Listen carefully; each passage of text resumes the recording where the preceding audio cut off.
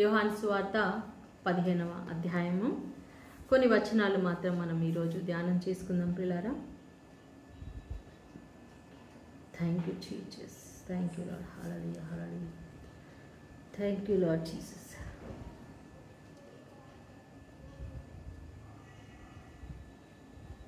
Thank you Jesus, స్తోత్రం, హల్లెలూయా హల్లెలూయా హల్లెలూయా. ఉరి బాబా బర శందరి కలబర Jesus. Connection ప్రియులారా,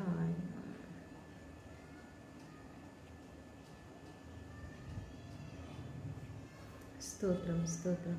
పరిశుద్ధాత్మ దేవ, అయా మీరే సాయం చేయండి నైనా. థ్యాంక్ యూ జీసస్,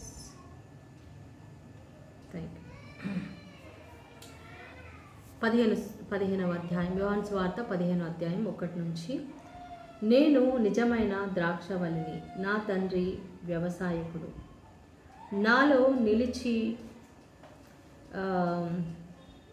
నాలో ఫలింపని ప్రతి తీగను ఆయన తీసి పారవేయును. ఫలించు ప్రతి తీగ మరి ఎక్కువగా ఫలింపవలెనని దానిలోని పనికిరాని తీగలను తీసివేయును. నేను మీతో చెప్పిన ఈ మాటను బట్టి మీరిప్పుడు శుద్ధులై ఉన్నారు. నాయందు నిలిచియుండుడి, మీ యందు నేనును నిలిచియుండును. తీగ ద్రాక్షవల్లిలో నిలిచి ఉంటేనే గాని తనంతట తానే ఎలాగూ ఫలింపదో, అలాగే నాయందు నిలిచి ఉంటేనే గాని మీరును ఫలింపరు. ద్రాక్షవల్లిని నేను, తీగలు మీరు. ఎవడు నాయందు నిలిచియుండునో, నేను ఎవని యందు నిలిచియుందునో వాడు బహుగా ఫలించును. నాకు వేరుగా ఉండి మీరేమీ చేయలేరు. ఇంకా 2 వచనాలు కూడా చదువుదాం. ఎవడైనా నాయందు నిలిచి ఉండిన ఎడల వాడు ఉండని ఎడల వాడు తీగ వలె బయట పారవేయబడి ఎండిపోవును. మనుషులు అట్టి వాటిని పోగు చేసి అగ్నిలో పారవేయుదురు, అవి కాలిపోవును. నాయందు మీరును, మీ యందు నా మాటను నిలిచి ఉండిన ఎడల మీకేది ఇష్టమో అడుగుడి, అది మీకు అనుగ్రహింపబడును. ఆమేన్. దేవుడి వాక్యం దీవించింది గాక. ప్రియులారా, ఈరోజు ఈ యొక్క వాక్యంలో మనం చూస్తున్నాము, దేవుడు తనని ఒక ద్రాక్ష చెట్టుతో పోల్చుకున్నాడు. ద్రాక్ష వల్లిని నేను, తీగలు మీరు అన్నాడు. సో యేసు ప్రభు ద్రాక్ష చెట్టు అయితే మనము ఆయనలో ఉన్న తీగలం. తీగ ఎలాగా ఆ చెట్టులో ఉంటేనే అది ఎట్లా ఫలిస్తుందో, మనం కూడా యేసయ్యలో ఉంటేనే ఫలిస్తాం.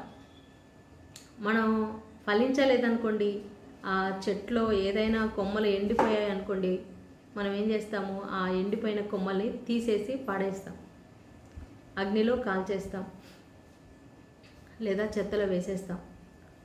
ఇప్పుడు మనం కూడా ఫలించకపోతే, దేవునిలో మనం నిలవకపోతే, ఆ దేవుని వాక్యంలో మనం నిలవకపోతే, మనం చివరిగా ఏమవుతామో అలాంటి వాళ్ళని అగ్నిగుండం అంటే నరకాగ్నిలో వేసేస్తారు. కానీ మనం ఎవరం కూడా నరకానికి వెళ్ళడానికి ఇష్టం లేదు. మీకు ఎవరికైనా ఇష్టమా నరకానికి వెళ్ళడం? నో, మనం పరలోకానికే వెళ్ళాలి. కాబట్టి ప్రభు అంటున్నాడు, మీరు నా యందు నిలిచి ఉండండి, నేను మీ యందు నిలిచి ఉన్న ఎడల.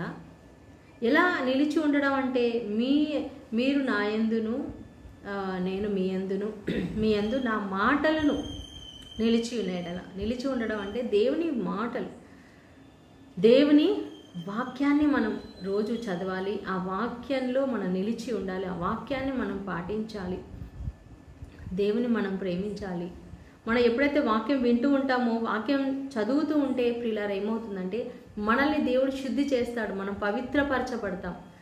మనకి తెలిసిపోతుంది, అయ్యో నేను ఈ వాక్య ప్రకారంగా నేను జీవించట్లేదు కదా, నాలో ఈ లోపం ఉంది, నాలో ఈ బలహీనత ఉంది అని మనలో మనకే. ఇప్పుడు అద్దం చూసుకుంటే మనకి ఎలా మన ఫేస్ కనిపిస్తుందో, మన వాక్యం చదువుతుంటే కూడా మన ఫేస్, మన ఆత్మ మనకు కనిపిస్తుంది, మనం చేసే లోపాలు మనకు కనిపిస్తాయి. సో ఆటోమేటిక్గా మనం పశ్చాత్తాపపడతాం, అయ్యో దేవా నన్ను క్షమించండి. ఎప్పుడైతే మనం పశ్చాత్తాపడతామో వెంటనే దేవుడు మనల్ని శుద్ధి చేస్తారు, రక్తంతో కడుగుతారు. పనికిరాని తీగలన్నిటిని ఆయన కత్తిరించేస్తాడు. పనికిరాని మాటలు, పనికిరాని చూపులు, పనికిరాని పనులు, పనికిరాని ముచ్చట్లు, పనికిరాని కార్యాలు ఏవైతే మన జీవితంలో ఉన్నాయో, పనికిరాని ఆలోచనలు, చెత్త ఆలోచనలు ఉన్నాయో అవన్నీ కూడా శుద్ధి అవుతాయి. ఎప్పుడు ఈ వాక్యం చదవాలి, బైబిల్ చదవాలి. వాక్యాన్ని నేను చదువుతూ ఉంటే ఆ వాక్యము నిన్ను శుద్ధి చేస్తుంది, పవిత్రపరుస్తుంది నా ప్రియమైన సోదరి సోదరి. కాబట్టి ఈ సంవత్సరంలో, ఈ నూతన సంవత్సరంలో ఒక నిర్ణయం తీసుకో. ఇంతవరకు నువ్వు బైబిల్ పట్టుకోకపోతే ఇప్పటి నుంచి ఈ యొక్క బైబిల్ని పట్టుకోండి. బైబిల్ని చదవడానికి ప్రయత్నం చేయండి. దేవుని యొక్క వాక్యం సజీవమైనది. దేవుని వాక్యంలోనే మన లైఫ్ ఉంది ప్రియులారా. దేవుని వాక్యంలో మన భవిష్యత్తు ఉంది. మన వాక్యం చదువుతూ ఉన్నప్పుడు ఆ వాక్యము మనకి ఏం కావాలో దాన్ని సమకూరుస్తుంది. సో దేవుని వాక్యాలు ఎంతో శక్తివంతమైనవి. చదవండి, బైబిల్ చదవండి. ఈ సంవత్సరం నేను బైబిల్ చదువుతాను. చదవడం మాత్రమే కాదు, పాటిస్తాను. పాటించడం మాత్రమే కాదు, నేను ప్రకటిస్తాను. బైబిల్ పఠించడం, పాటించడం, మూడవది ప్రకటించడం. పఠించడంతో ఆగిపోవద్దు, పాటించాలి. పాటించడంతో కూడా ఆగిపోవద్దు, ప్రకటించాలి. హల్లెలూయా. నాలుగవది మనం స్తుతించాలి, దేవుని స్తుతించాలి, దేవుని నామాన్ని మహిమపరచాలి, ఘనపరచాలి. సో ప్రభు అంటున్నాడు, నాకు వేరుగా ఉండి మీరేమీ చేయలేరు. ఇన్ని సంవత్సరాలు మనం దేవుడు లేకుండా ఏదైనా పని చేస్తే సక్సెస్ అయ్యామా? కాలేదు. నీ జీవితంలో దేవుని ఆజ్ఞలు పాటించకుండా, దేవుని ప్రేమించకుండా, దేవుడు కాదని నీ జీవితంలో నువ్వు ముందడుగు వేసావు. నువ్వు ఫలించావా? ఫలించలేదు. చాలామంది చెప్తూ ఉంటారు, మా ఇంట్లో ఎదుగుదల లేదండి, ఫలించట్లేదు, మేము ఎక్కడ ఉన్నామో అక్కడే ఉన్నాము, ఏ కార్యం జరగట్లేదు. పిల్లల విషయంలో అలాగే ఉంది, భర్త విషయంలో అలాగే ఉంది, నా విషయంలో అలాగే ఉంది, ఉద్యోగ విషయంలో అలాగే ఉంది. వచ్చే ప్రమోషన్ రావట్లేదు, ఇంక్రిమెంట్ రావట్లేదు, సొంత ఇల్లు కొనుక్కోలేకపోతున్నాము, మంచి ఆరోగ్యం ఉండట్లేదు, ఫలించలేకపోతున్నాము, మా మినిస్ట్రీ ఫలించట్లేదు, మా పరిచర్య అలాగే ఉంది అని చాలామంది బాధపడుతున్నారు. సో మనం ఫలించాలంటే ఏం చేయాలి? మనం దేవుని వాక్యంలో ఉండాలి, వాక్యాన్ని పాటించాలి, వాక్యంలో మనం స్థిరంగా ఉండాలి. ఆ వాక్యాన్ని డైలీ మనం చదవాలి, ప్రకటించాలి. ఆ వాక్యాన్ని ప్రకటించినప్పుడు వాక్యం ఒక విత్తనం లాగా, ఆ విత్తనాలు ఎక్కడెక్కడ పడుతున్నాయో ఈరోజు పండకపోవచ్చు, పంట రాకపోవచ్చు, కానీ రేపటి రోజు తప్పకుండా పంట వస్తుంది.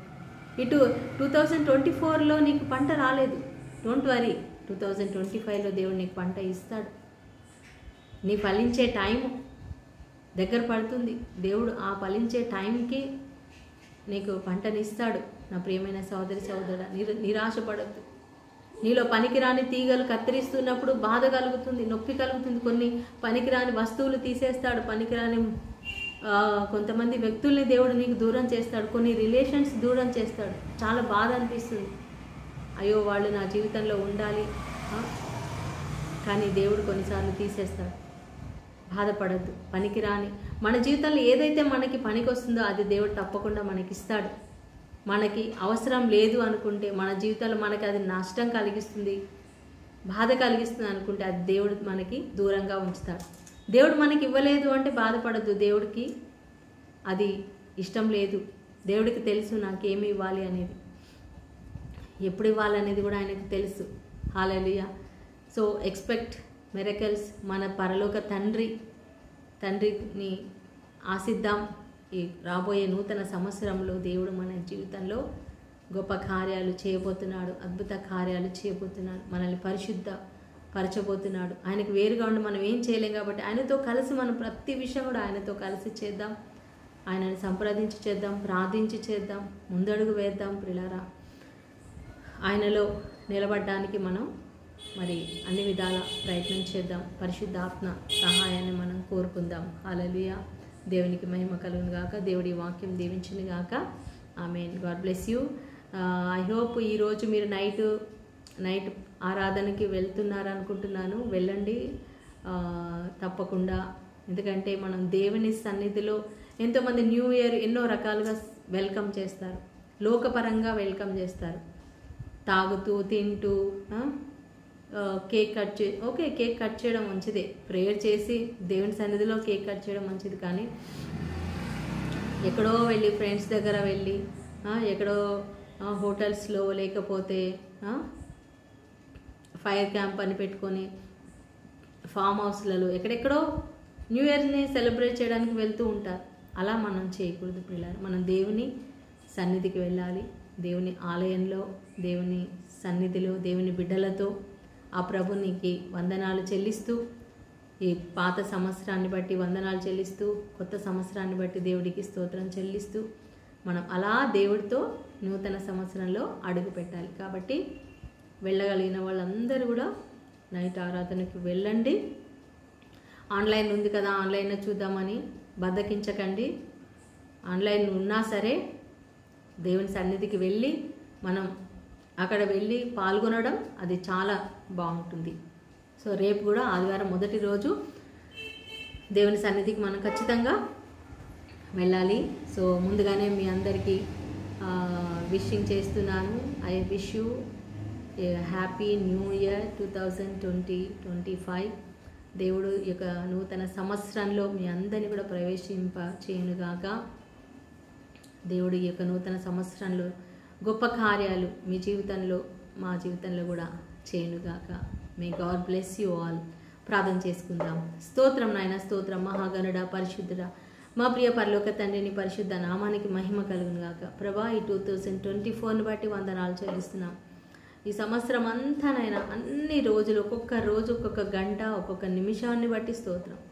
మాతో ఉండి మమ్మల్ని నడిపించావు. ఎన్నో కష్ట నష్టాలు, సంతోషాలు, దుఃఖాలు అన్నిట్లో మీరు మాతో ఉన్నారు నాయన. మాకు శక్తిని, బలం ఇచ్చారు నాయన.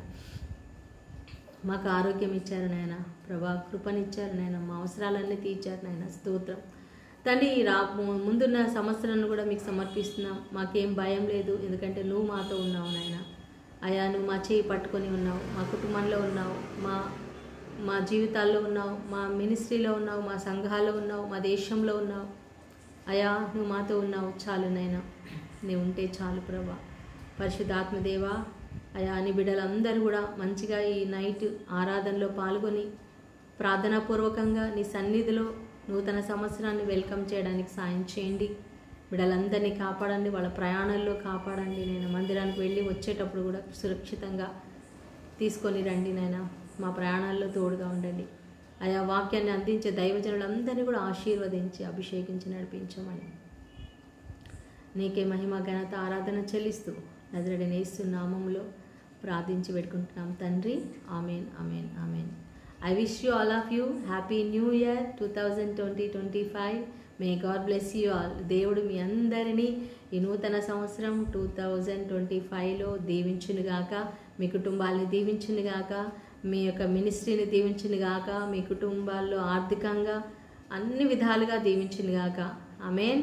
God bless you all. Praise the Lord, praise the Lord. ఈ యొక్క వీడియో అందరికీ షేర్ చేయండి. God bless you.